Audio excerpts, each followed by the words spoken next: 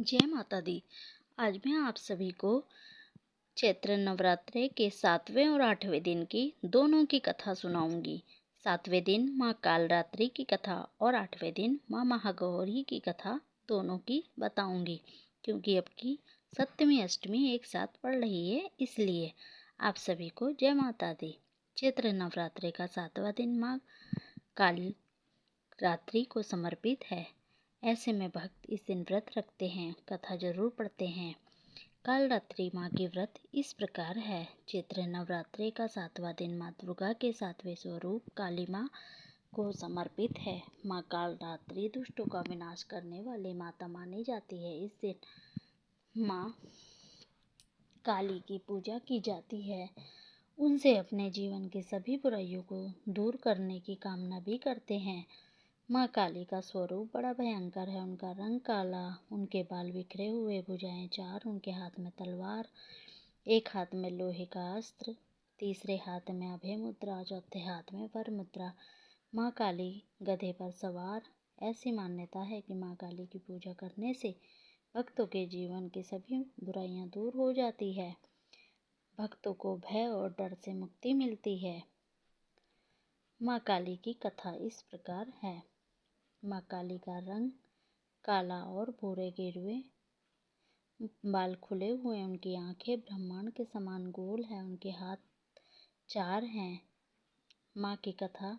रक्त बीज नामक एक राक्षस था। उसे वर प्राप्त था कि जब उसके रक्त की बूंद धरती पर गिरेगी तो उस बूंद से एक और राक्षस उत्पन्न होगा। इस वरदान के कारण वह बहुत शक्तिशाली हो गया था और उसने देवताओं मनुष्यों पर आतंक कर रखा था। देवताओं ने भगवान शिव से सहायता मांगी। भगवान शिव ने उन्हें बताया कि पार्वती भक्त का व्रत कर सकती हैं। देवताओं की प्रार्थना पर माँ पार्वती ने माँ काली का उद्धार किया। माँ कालरात्रि ने रक्त बीज का वध करने के लिए किया। रक्त बीज का रक्त धरती पर गिरा तो पर माँ ने कालरात्रि ने उसी वक्त अपने मुंह में भर लिया। इस प्रकार उन्होंने रक्त बीज के सभी स्वरूपों का समाप्त कर दिया। देवताओं मनुष्यों को उनके इस आतंक से मुक्ति मिल गई। माँ को भोग में इन सब चीज़ों का भोग लगाएं। माँ कालरात्रि को गुड़ बहुत प्रिय है, इसलिए नवरात्रि के 7वें दिन माँ भक्त देवी को गुड़ और इससे बनी चीज़ों का भोग लगाते हैं। गुड़ से बनी चीज़ें चिक्की, गुड़ का हलवा, गुड़ से बनी खीर आदि का भोग लगाते हैं। मालपुआ भी लगाते हैं। माँ को ये पसंद है काफ़ी। अब मैं आप सभी को माँ के 8वें नवरात्रि के दिन माँ गौरी महागौरी की कथा सुनाऊंगी। माँ गौरी चैत्र नवरात्रि की 8वीं गौरी माँ गौरी हैं। इनकी प्रतिमा बड़ी ही धार्मिक है और ये मान्यताओं के अनुसार अष्टमी के दिन व्रत रखकर कन्या पूजन करने और माँ गौरी की आराधना करने से व्यक्ति को आत्मिक और मानसिक बल की प्राप्ति होती है। इनके साथ ही माँ महागौरी की पूजा करने के बाद उनकी व्रत कथा अवश्य सुननी चाहिए। 8वें दिन, जिसे दुर्गा अष्टमी तिथि भी कहा जाता है, माँ महागौरी का पूजा विधि पूर्वक की जाती है। इस दिन माँ महागौरी को गुलाबी रंग के वस्त्र धारण कराए जाते हैं और ब्रह्म कमल का फूल अर्पित किया जाता है।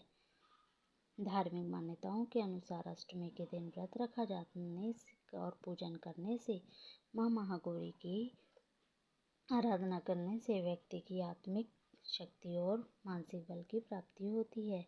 साथ ही माँ महागौरी की व्रत और उनकी कथा सुनने से अत्यंत शुभ माना जाता है। सभी कष्ट दूर हो जाते हैं। माँ महागौरी की कथा इस प्रकार है। पौराणिक कथाओं के अनुसार माता पार्वती ने भगवान शिव के प्रति रूप में प्राप्त करने के लिए कठोर तपस्या की। लगभग 12,000 वर्ष तक चली ये तपस्या, जिससे माता ने केवल बेलपत्र को ही भोजन के रूप में ग्रहण किया। उनकी घोर तपस्या से भगवान शिव प्रसन्न हुए और उन्हें दर्शन दिए। माता का ये तप पूर्ण हुआ। जब भगवान ने माता पार्वती को देखा तो वे प्रसन्न भी हुए और उन्हें दुख भी, क्योंकि दीर्घकालीन तपस्या के कारण माता तेज क्षीण हो गए थे। भगवान शिव ने अपनी शक्ति से माता को दिव्य कांति प्रदान की, जिससे उनका सौंदर्य अद्भुत हो गया। इस दिव्य स्वरूप को माँ महागौरी के नाम से जाना जाता है। इसी घटना के बाद से माँ महागौरी की सौंदर्य की देवी के रूप में भी पूजा की जाने लगी। माँ महागौरी की आराधना करने से न केवल सौंदर्य की प्राप्ति होती है, बल्कि व्यक्ति के आंतरिक दोष भी समाप्त हो जाते हैं।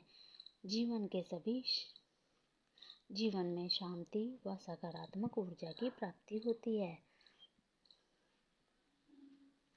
माँ महागौरी को भोग में नारियल से बनी मिठाई ये सब अत्यंत प्रिय है। नारियल की बर्फी, नारियल के लड्डू अर्पित कर सकते हैं।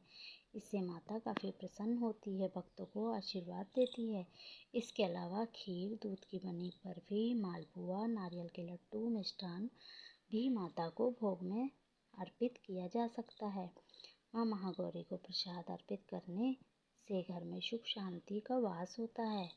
इस प्रकार हमारी सप्तमी और अष्टमी दोनों एक ही दिन पड़ने के कारण आज हम अष्टमी और सप्तमी दोनों का ही व्रत करते हैं। इस प्रकार माँ महागौरी और माँ महाकाली की कथा मैंने आप सभी को सुनाई। अगर कथा अच्छी लगी हो तो प्लीज़ मेरे चैनल को लाइक करें, शेयर करें, कमेंट करें और कमेंट में जय माता दी ज़रूर लिखें। आप सभी को नवरात्रि के 8वें दिन की हार्दिक बधाई हो। जय माता दी।